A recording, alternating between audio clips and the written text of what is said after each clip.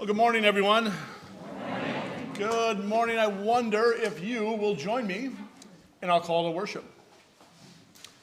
O Spirit of all, we praise you for the wonders of creation. I will trust in my God. I will trust in my God. I will trust in my God till I die. For the incredible diversity of culture, race, and thought, we give thanks, Creator of us all. I will trust in my God. I will trust in my God. I will trust in my God till I die.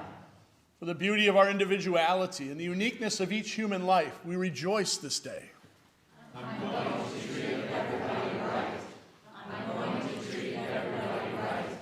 I'm going to treat everybody right till I die. May we honor you, O God, through our respect and rejoicing for your creation, for each person, each culture, each nation of this world, promising that I'm going to treat everybody right. I'm going to treat everybody right. I'm going to treat everybody right until I die. Isn't that what it's all about, right? I wonder if you'll rise up in body or spirit and join with me in one of the great spirituals called Over My Head.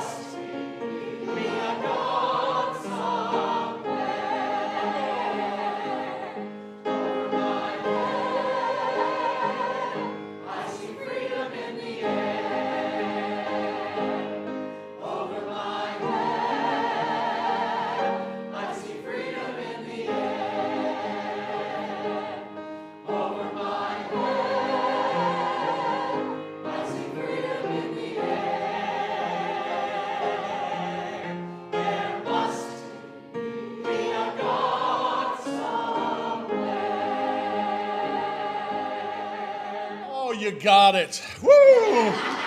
Please be seated, my friends. Oh, we should sing it again now that you got that rhythm down, you know? We're going to do that again next week, and you'll all be pros. Good morning, everyone. Good morning. Good morning, and welcome to Faith United Church of Christ.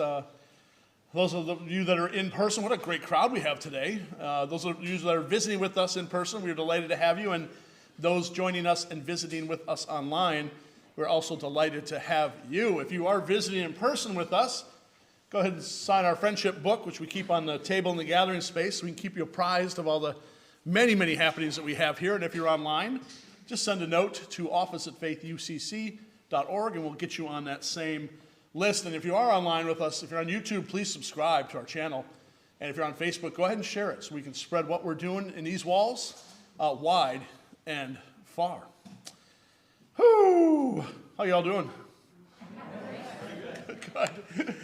Good. We got some exciting stuff coming up. We're still celebrating Black History Month today, and I'm going to take you on a journey into one of this nation's greatest baseball players. So I hope you're excited for that today.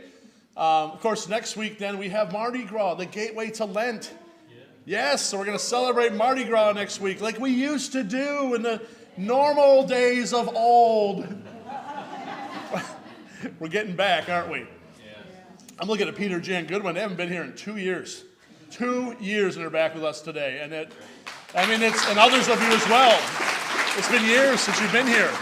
It's so weird to say that, but it's where we've been. And I hope to God we're climbing out of this thing. We're unmasked again. Hopefully it stays that way.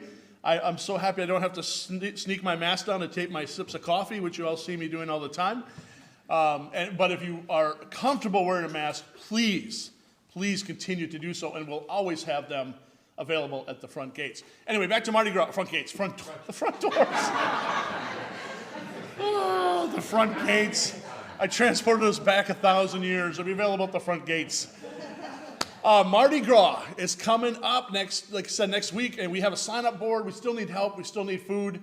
This only happens if we all pitch in and do something. It's $5 if you want to join in the fun, because that helps cover the costs that the church has to put up. So, but all are welcome regardless. So, plan to stick around next week. Have a good time. Sign up to bring something, either pulled pork or sloppy joes or something on the board out there, or sign up to clean up and set. I swear it was just Christmas. Where is the time going? HEP, if you haven't had a chance to serve, who here has served at HEP? Fair, good. All right, that's great to see. And your experiences have been what? Fantastic, right? Yes. We need more people. I think our hope to help Dan out, Dan is our HEP coordinator. It would be great if we could get to having teams, like a first Wednesday team, a second Wednesday team, something like that. So Dan's always scrambling to find someone to join him at HEP. It's a rewarding experience, and I hope that you'll consider signing up. Dan, there's a sign-up sheet in the carousel, right? That's right. We're back to sign-ups for everything, so we're getting there. But sign up for HEP and have a great experience working and serving some wonderful, wonderful people. We have a racial justice event coming up on Sunday, March 2nd. Carl von Meegen is going to tell us about it.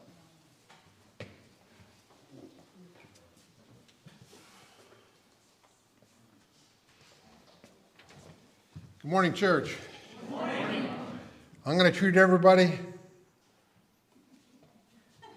You just right. Wait, no, right.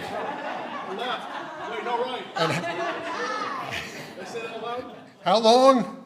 Till I die. All right.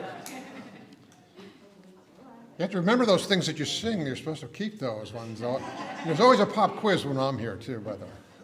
All right, I want to talk to you about the 2 weeks from today, the first Sunday in March, which is the first Sunday also in Lent. The racial justice team wants to move to a place now that we're a little bit more open to times of conversation and education and moving forward. As you remember, last week, Mike challenged our church to be more open and more in the area of advocacy, as well as embodying the call we have to an interracial presence, both in the sanctuary and in strengthening in our contacts within this community. To do so, we're going to have a movie. It's put out by a group called Race Amity, and it's a project of trying to share the stories of throughout history that were successful, wherein black and white people got together and really changed the movement and the world with them at the same time. So we hope it'll be an exciting time. We have a presenter coming from the local group of advocates for race amity, and they're going to be leading us in the conversation and discussion after the film. But also, most importantly, right after the service, that's when it is. When is it, Lee? March 6th. Thank you. March 6th. If you come on the 2nd, you'll be by yourself, and there won't be any food, but on the 6th there's going to be food. So we're going to give you finger food afterwards, and after a little while we'll gather back in the sanctuary and begin what I hope will be a very helpful and interesting and encouraging time of sharing. As to sign up, there is a sign up, and there she is, Ruth Ann Rich Ryan, put that up. She's got the sign up. We need the number, please, so that we have enough food for everybody who will attend. So we hope we'll see you, as always, together here on March 6th. What time? Right after church. That's right. Very good. And you're going to treat everybody. Right. Until I die. Until I die. Thanks, Carl. Great event coming up on March 6th, not March 2nd. March 2nd is actually Ash Wednesday. We're not going to do a service. I'll put more out next week. But I'm going to be available here in the sanctuary. I think I said from 4 to 6 or 5 to 7. I'll work on those times with ashes. And then there's also going to be an opportunity for ashes if you're interested in the imposition of ashes. You're also looking really excited right now. There's going to be time I'll get information out on the trail, and the Pinellas Trail up in Dunedin, where a bunch of the local Dunedin clergy are going to be doing the imposition of ashes to anyone that would like to kick their Lent off that way. So watch for more information, all that to come, but that's where I mixed up my dates. So March 6th, right after worship, is the racial justice. So we'll put more information out about it. I've got some concerns and some joys I want to share. Oh yeah, go ahead. Lori. I just want to remind everybody that March 5th, 12th, and 19th, we have our Legacy Project, the Tending to Tomorrow workshops. They're from 10 to 11:30 on those 3 Saturdays. Right here, we have to sign up after the service. A lot of people have mentioned, well, I already have a will, I already have, my plans in place, but there's actually more to it than that. So we, what are you going to do with your pets? What about your artwork? There's some other conversations to be had. So we really encourage you, if you're interested, to participate. Julie and I will be out here after for you to sign up. Okay? And with any questions you might have. Thank you. Thank you, Lori. And for anyone online that didn't hear that, we have the Legacy Project coming up the 5th, 12th, and the 19th. God, I'm so confused on my calendar dates right now. I'm just going to put a big calendar up on the wall over here of all the things happening. So thank you for that announcement. And do plan to participate in that if you can. A lot going on in March. What a good month for us to come back. Concerns. Jim McIntosh passed away on January 22nd. His memorial service, a celebration of his life, really. That's what they want, to be joyful. It's going to be today at 2 p.m. So if you can, come on back for that and celebrate just a good man that Jim McIntosh was. And an amazing poet, as I've discovered more and more recently.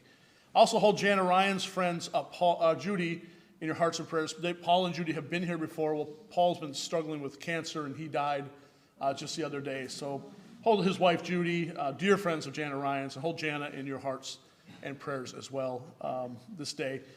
And hold Barb Campbell. Continue to hold Barb Campbell. Her family is here.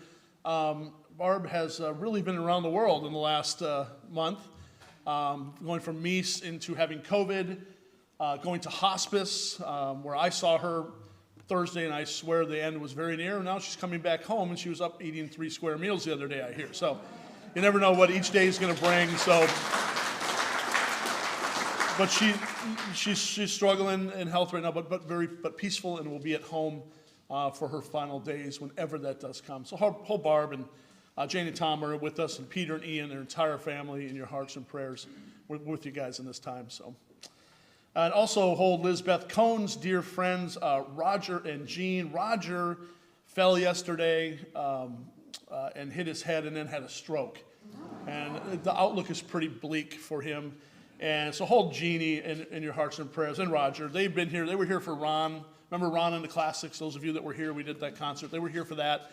I've been here a few times as well. So hold them in your hearts and prayers. I want to lift up a joy. You're going to love this one. You're going to love this one. You recognize those 2 little girls? It's Kylie and Chloe. The 2 that we baptized here years and years ago, and the first baptisms I ever did here. They are growing up. And Cliff and Ellery sent this in for a joy that they have been accepted into the Cambridge program in their high school, or their middle school, which means they're going to start building credits for high school, which then means they get to build credits for college. So they're in gifted programs, and just delightful to hear that. They live up in Gainesville, near Gainesville now. But also, Chloe did this art project here, and they wanted to share it because it won a first place to become a new license plate in the state of Florida. So it's getting, she won, well, let me clarify. She won the Marion County. She won the Marion County version of that contest, so now it'll go to as a whole state. So we're hoping, let's just hope her along that this plate becomes real and we can take some ownership. It's our little Chloe from Faith UCC. And Ellery attests a lot of this to working in the back in Sunday school, especially with Elizabeth Cohn. So they did a lot of art projects, and this is the exact kind of thing that came out of those times. So thank you to Elizabeth as well for your role in shaping these two awesome kids. And I do miss them. They always give a fist bump. They'd always come along, and it was always a fist bump. And wow, do they have attitude, these two. And I guess it has not changed. Any other joys, concerns anyone wants to lift up? Yeah, I see a hand in the back, Hannah Jane. This is my brother James and his wife Ruth, and they're visiting me from Illinois. All right. And James's birthday today. Well, happy birthday, James, and welcome, James and Ruth. We're delighted to have you here. We have visitors with us from Illinois, and that's always a delight. Oh, you want to sing? Let's sing. To all of you who have had birthdays, March.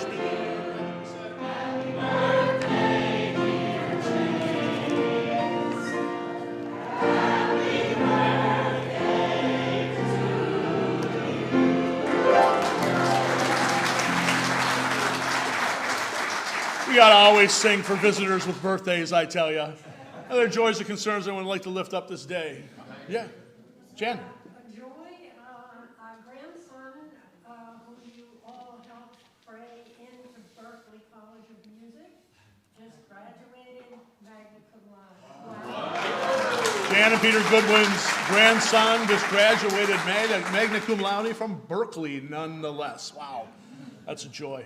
Yeah. Oh, yeah, Tom. My mother is out of the hospital. She's doing really good. She ate 3 meals yesterday, and she's better, much better. Good to hear. Tom Reichnello's mother is out of the hospital and is doing much better.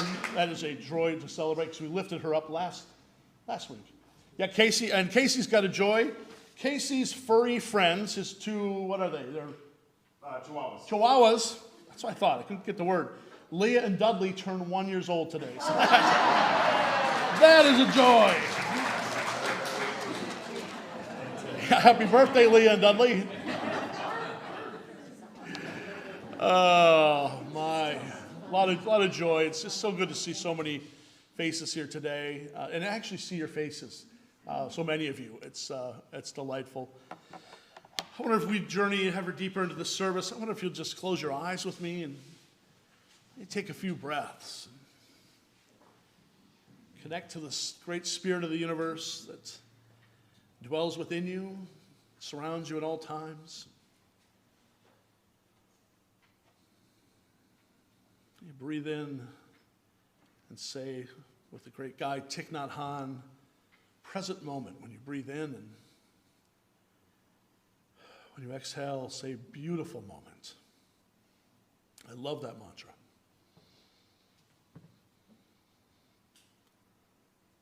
I'm going to read a beautiful poem here from a banned book called Woke. That is an absolutely beautiful book. I just don't get this banning book stuff.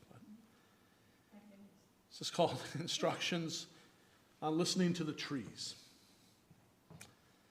When you are a part of a community, you have to think about others. Think about the sun and how it smiles sweet authority. Think about the ecosystem and how the leaves dress the tree trunks, surviving from the kindness of the sun. Yes, the sun and trees have a community all their own. And aren't we part of their community too? Benefiting from the oxygen and water, it creates new life. The water is alive and it's gift-giving. Think of how it feeds the roots. Like any true community, we must nourish and care for one another if we are to grow. So I listen to the trees when the wind dances near, and I listen to the neighbor's dog singing to the moon. The moon is high because of the water. How amazing. And this is when I remember home. The way my friends ring the doorbell to come outside and play. The way a car slows down when a ball rolls in its way. The way we make jokes about the TV show and share our fears. The way we look up sadly when the streetlights come on. We are a part of someone else's journey. We all are a part of someone else's journey. That's the way communities are built. Each root sprawling toward the edge of an infinite smile. Beautiful words from Mahogany L. Browne. My friends, let us journey ever deeper into this worship service together.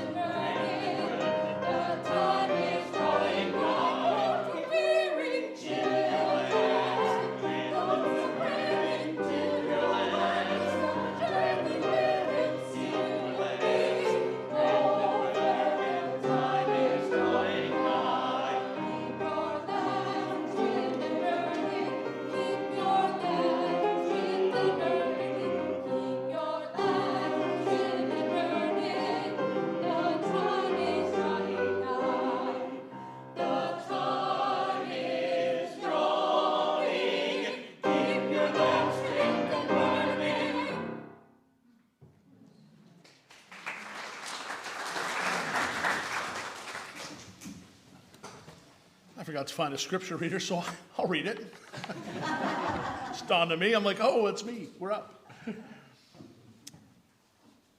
Our reading today is from the Gospel of Matthew, chapter 5, verses 38 through 42. This scripture passage was not just a cherished one of the person we are lifting up today as we celebrate Black History Month.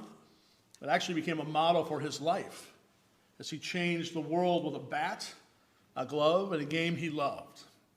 So hear these words that so inspired our great American today as Jesus implores us to change the world through nonviolence, extravagant kindness, and through respecting the dignity of every single person. You have heard that it was said, an eye for an eye and a tooth for a tooth. But I say to you, do not resist an evildoer. But if anyone strikes you on the right cheek, turn the other also. If anyone wants to sue you and take your coat, give your cloak as well. And if anyone forces you to go 1 mile, go also the 2nd mile. Give to everyone who asks from you, and do not refuse anyone who wants to borrow from you. In those words lies the heart of the Jesus way. Amen. Heard that. This week we continue our journey of celebrating Black History Month through the story of an amazing man who happened to be a pretty amazing athlete and changed a game this country loves in profound ways. His name is, do you know it? Jackie Robinson, the man who broke the color barrier, as so many call him. I thought, well, we're supposed to be in baseball season, right? With pitchers and catchers reporting, right? With Blue Jays fans all over Dunedin and Phillies fans all over Clearwater, but there is no baseball because of a lockout that has gone on just too long. Just too long. So we, Faith UCC, we will keep the spirit of spring training alive and well here by journeying into the story of one of baseball's best players and a man of incredible impeccable character, and really just a prophet of hope, Jackie Robinson. A little note, last year I did a sermon on Hammerin' Hank Aaron for Black History Month. So if you like a baseball-themed sermon, this is an interesting thing, let me know and I will send you a copy of the Hammerin' Hank sermon. Speaking of sports, though, before we journey into Robinson's story and his faith especially, that's what I really want to touch on. I wonder how many of you saw the story from yesterday about the Olympic Games, about 37-year-old African-American bobsledder Elena Myers-Taylor, who became the most decorated black athlete in Winter Olympics history. How cool is that? So she did that at 37 years old. Think about that. And what's even more amazing is she won a silver and bronze this year at these games after not only being 37 years old, but having also recently given birth to a son who has a baby and then runs off to the Olympics. And not only that, she tested positive for you-know-what. Right when she arrived in Beijing, and she had to quarantine herself for an entire week of the Olympics. She was scheduled to be the flag bearer for the opening ceremony. She had to give that up, which is a lifelong dream for any Olympian. So she lost that opportunity and a whole week, but she roared back. It's the spirit of these games, and she won 2 medals. And what is just a crazy sport? Who does that? Who hurdles down an icy slope in a cart? Like 90 miles an hour. I mean, seriously. Oh my God. The best news of all, she will be the flag bearer for tonight's closing ceremonies. What a great story and what an inspiring athlete. So turning from bobsledding to baseball, a more sane sport, I will say. From winter to summer, let us journey into the life of one of the greatest baseball players of all time, who's less remembered for his baseball skills, though they were formidable, but often more remembered for the groundbreaking nature of his ever having taken a major league field at all to display those skills on. Of course, I'm talking again about legendary number 42 of the Brooklyn Dodgers, Jackie Robinson, and how he was the baseball player who broke the color barrier in Major League Baseball. The color barrier being an unofficial, they call it a gentleman's agreement, that relegated all black players, sad as this is, no matter how good they were, to what were called the Negro Leagues. Now, Major League and minor league fields were for white players only. And this was a firmly entrenched and deeply held practice, and it was vociferously defended by white power. But all that changed on April 15th, 1947, where in front of a crowd of 26,000 spectators, 14,000 of them black spectators, at Ebbets Field in Brooklyn, Jackie Robinson ran onto the field as a first baseman and shattered that dang color barrier in baseball once and for all. I want to share a little bit of his story with you, but less of me talking, so let's watch a little video on this great American. During Major League Baseball's first several decades, names like Ruth, Cobb, and Gehrig turned the league into the heart of a national pastime. But in the segregationist America of the early 20th century, national was far more exclusive than it was inclusive. The big leagues were reserved for whites. An imaginary color line encircled every diamond in the majors, leaving blackballed players to play in so-called Negro leagues, where the money was scarce, but the talent was plentiful. Satchel Paige, Josh Gibson, and Roy Campanella were just a few of the stars who'd bring the Negro Leagues to prominence in the 1930s. But the color line dividing them from the major leagues was notoriously stubborn, and it would take a man like Branch Rickey to finally snap it in half.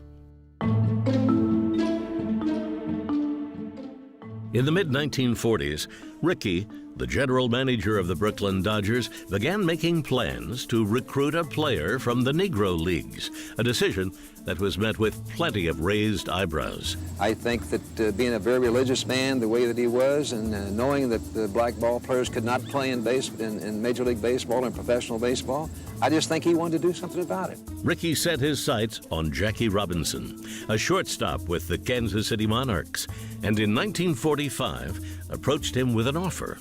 But that offer came with a condition, which resulted in a famous exchange between Rickey and Robinson.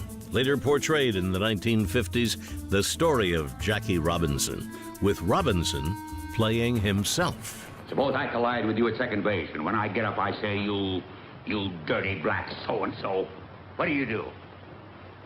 Mr. Rickey, do you want a ball player who's afraid to fight back? I want a ball player with guts enough not to fight back.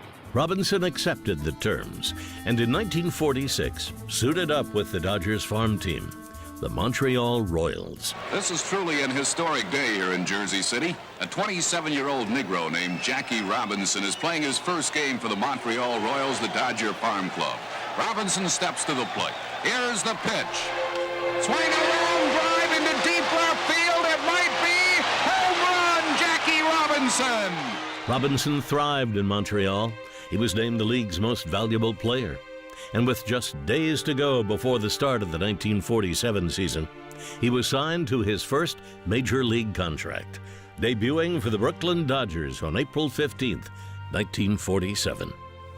It was a day when somehow people knew, thoughtful people, educated people, hey, it's not just whites playing a game on a diamond anymore. Forget the architecture so regaled by baseball writers. Suddenly, it was a new beginning.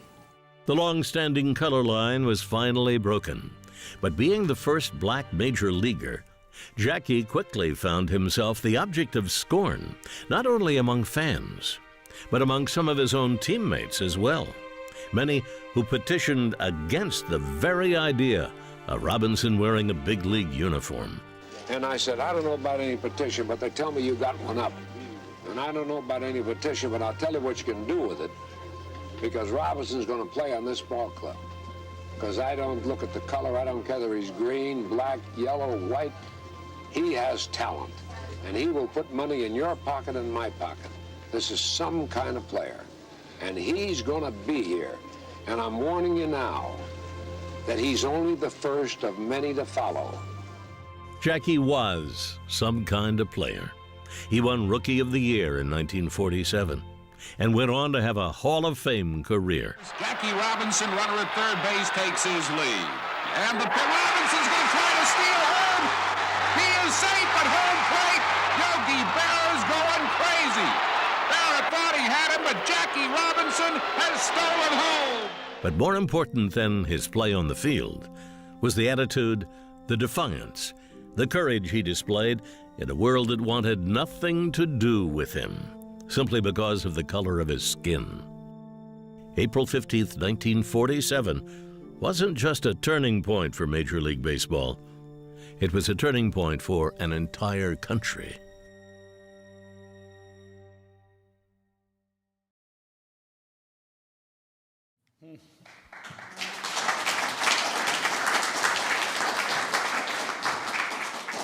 Wow.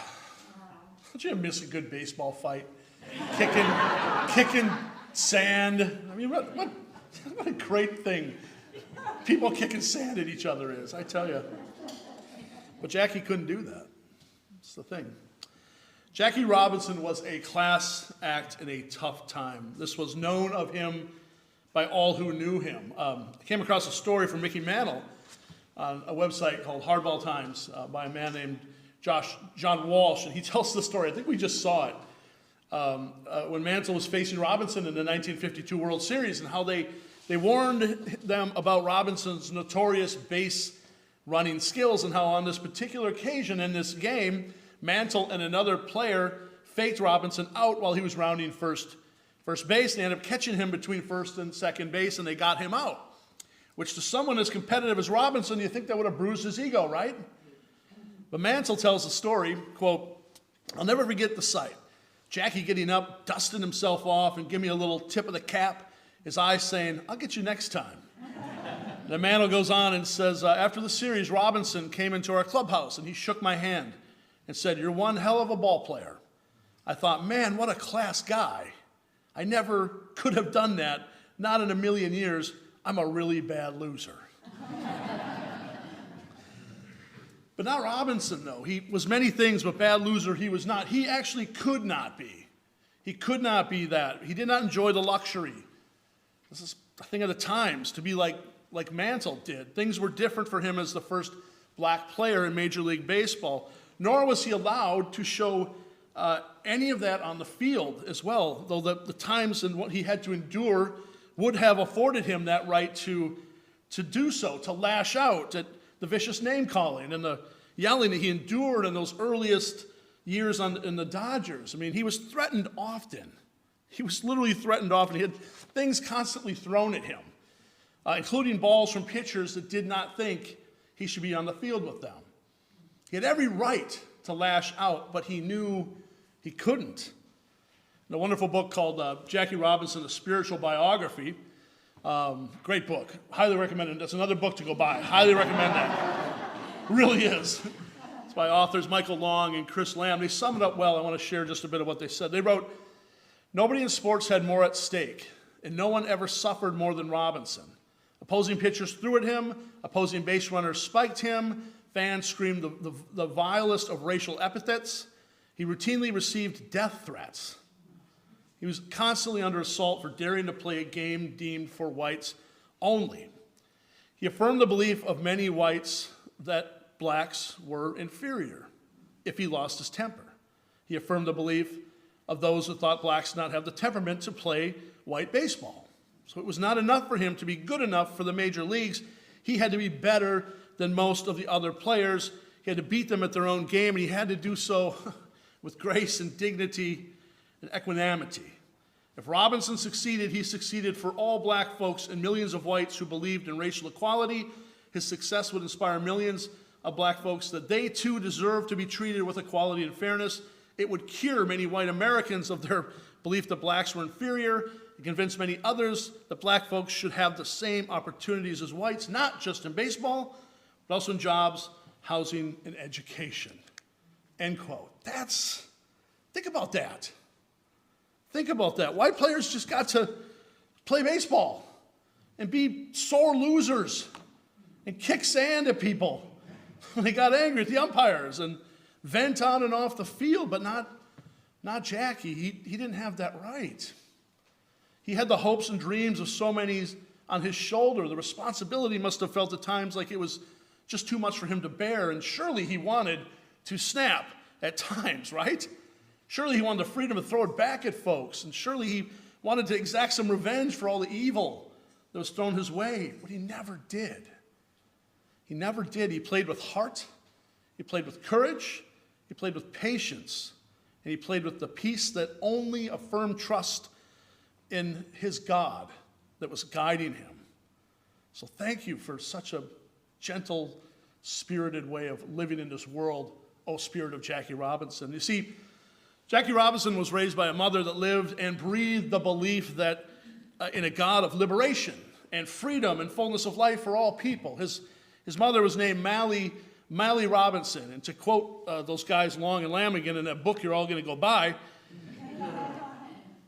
Mally Robinson lived an active faith that took cues directly from the biblical Jesus, who declared at the outset of his ministry he had come to set the oppressed free. Unlike submissive Christians waiting for the pie in the sky, Mally fervently believed that those who follow Jesus must act right here and now. They must fight for the freedom and equality that God desires for everyone, even if doing so requires suffering along the way. In her view, the people of God will no doubt suffer as they confront oppression, but if they keep their eyes focused on God's will, they will see that suffering can be redemptive. It can redeem individual lives, and it can establish freedom and equality. And finally, they sum up, Mally's God was not the immortal and invisible God that white Christians sang about. Her God was not wholly other, transcendent, inaccessible, and unmovable. Mally's God was always close by, always traveled with her, next to her, even inside of her. End quote. Sounds a lot like Howard Thurman, whose story we told last week. It's no wonder that Jackie grew to be the man that he was and had the courage and faith to change the game of baseball, the nation, and the world. He did so like his mother, Gesundheit, through a quiet and confident faith and the strong belief that through all the trials he endured, his being was infused and intermingled with this amazing presence that sustained him and gave him the courage to keep going. He modeled the nonviolent life and words of Jesus as he practiced nonviolence by again and again turning the other cheek in the wake of the suffering through the vicious attacks as he was spat upon and hailed with spikes and had balls thrown at him and jeered and racially insulted. Who could take that? He trusted that he was not walking this journey alone, but he was accompanied by a God of liberation and freedom for all people. And through his actions on the field and off the field, he was participating in that liberating and freeing work of God as his actions began to literally change things for the better for black folks living under all sorts of other color barriers. That's what's most important. And there were plenty. Keep in mind that when Robinson and his nonviolent, God-driven self ran out onto that diamond wearing that number 42 in 1947, we were still just short of a decade away from Rosa Parks sitting defiantly on that bus bench in 1955. We were still almost 2 decades away from Martin Luther King Jr.'s Selma March in 1965, 20 years before. That just kind of puts things in perspective as to just how dangerous and risky Robinson's life was in this time, right? But he never flinched to the risk. With God as a part of him, with the presence of a courage that transcends normal human bounds guiding him, with his mom Mally's vision of this liberating God coaxing us ever forward to equality and justice, he began to break the bonds of oppression without ever having resorted to violence. And he did all of this through intense love of playing a game. I mean, what a story, right? What a story of determination, of sacrifice, of overcoming suffering, and the importance of nonviolence in all that we do in our lives. It's my hope, my friends, telling stories like this, that through this month, through these stories of ordinary people doing extraordinary things, often at great risk to themselves, that we too can trust and sense that same animating and mysterious and holy presence that sustained their courage, that can also be with us as well. They serve to remind us that we all have within us a presence, a spirit that animates us with that same kind of courage and calls us on the same kind of paths in our own times as nonviolent liberators and peaceful dreamers, dreaming the dream of a time when all people can live with equity. I hear that's a scary word these days. Can live with equity and equality and the fullness of life. Isn't that what we want for everybody? That's what Jackie wanted. As we look through Black history, we see that some, to achieve these things, used bus seats like Rosa Parks. Others used Underground Railroads like Harriet Tubman. Others used oratory like Frederick Douglass and Martin Luther King Jr. Some used their speed and their feet like Jesse Owens. Some used poetry like Maya Angelou. Some used a knee like Colin Kaepernick. And one man used America's great pastime to do his best to change the world. The question we need to take is, what will you use to change the world? What will you use to change the world, to keep alive love and to be the liberating and freeing hands of the feet of God in the world just like they did? You all have that within you as well. We have that within us. We just need to trust and look to our mentors, our teachers, our leaders and inspirers like those that we lift up this month during Black History Month. And then we need to use that to go make our own mark, just like Jackie did. So I hope you found this a meaningful, fun sermon, journeying into a great man. I wish you a continued blessed Black History Month of celebrating Black history, which, do I really need to say this, is American history. Say that with me. Black history is American history. Say it again. Black history is American history. Black history is American history. Black history is American history. For God's sakes, is that so hard?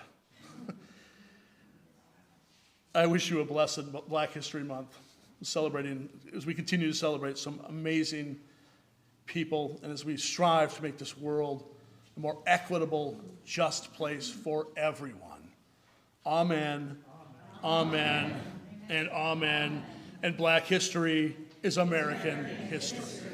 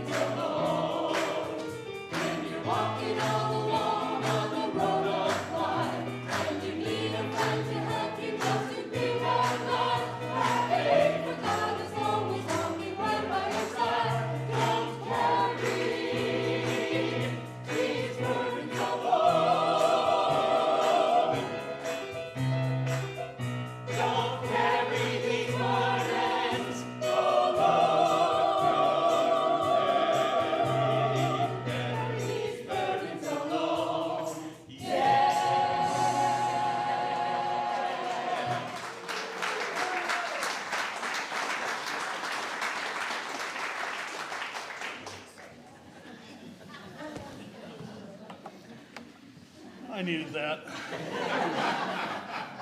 Thank you. We all just need that. We were only able to do that because we've gone to Mass. Because when the music goes that fast and I'm not able to lick my fingers, we fall behind. Oh, just breathe that in for a little bit, folks. Taking that message that we don't need to bear our burdens alone. Don't.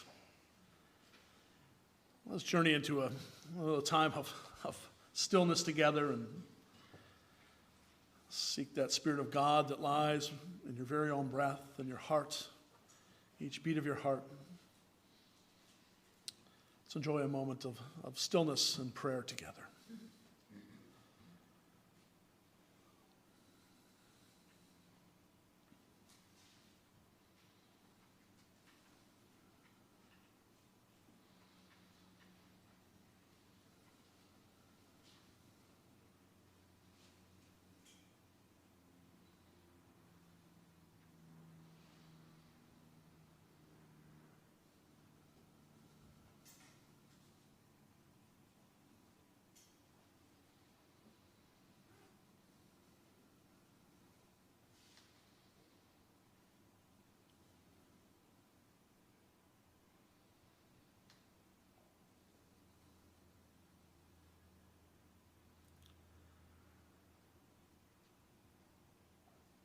I always keep the words from Frederick Buechner close at hand. He said, here's the world, beautiful, terrible, and terrible things will happen, but don't be afraid. As we journey into this time of prayer and into a new week ahead, may his words be a mantra for us in these times, and in our joys and our struggles, and our support of those who are struggling, and all the times of heaviness right now that seem to be around us. May we use those words to live with gratitude for all the beauty that we do have around us. May we use them to enter the world with fire when the terrible attempts to overtake us. And the not so good times surround us. Keep those words always handy. Here's the world. Beautiful and terrible things will happen. Don't be afraid. And with those words, we lift up our world, oh God. We pray for the world around us, especially places of seemingly likely war and strife, like Ukraine in this time, where violence looms through aggression and war. We'll never stop praying, oh God, of that beautiful dream of weapons being turned into tools that give life. And we'll never cease praying for peace. And we'll never get into hopelessness that war and violence is just the way it is. And so we pray in hope for places where war is raged, on people just trying to live the peaceable life. Hear our prayer for peace. As we prepare to make a journey into another week, we hope your presence, O God, also shines like the sun within us in the midst of our daily lives. And where there is illness, may there also be healing presence. And where there is grief, may there be peaceful presence. In all our struggles and burdens, may there be confident presence. May your light shine upon us and within us wherever we find ourselves in this moment, especially and upon all those we know and love and hold in our hearts who are struggling this day.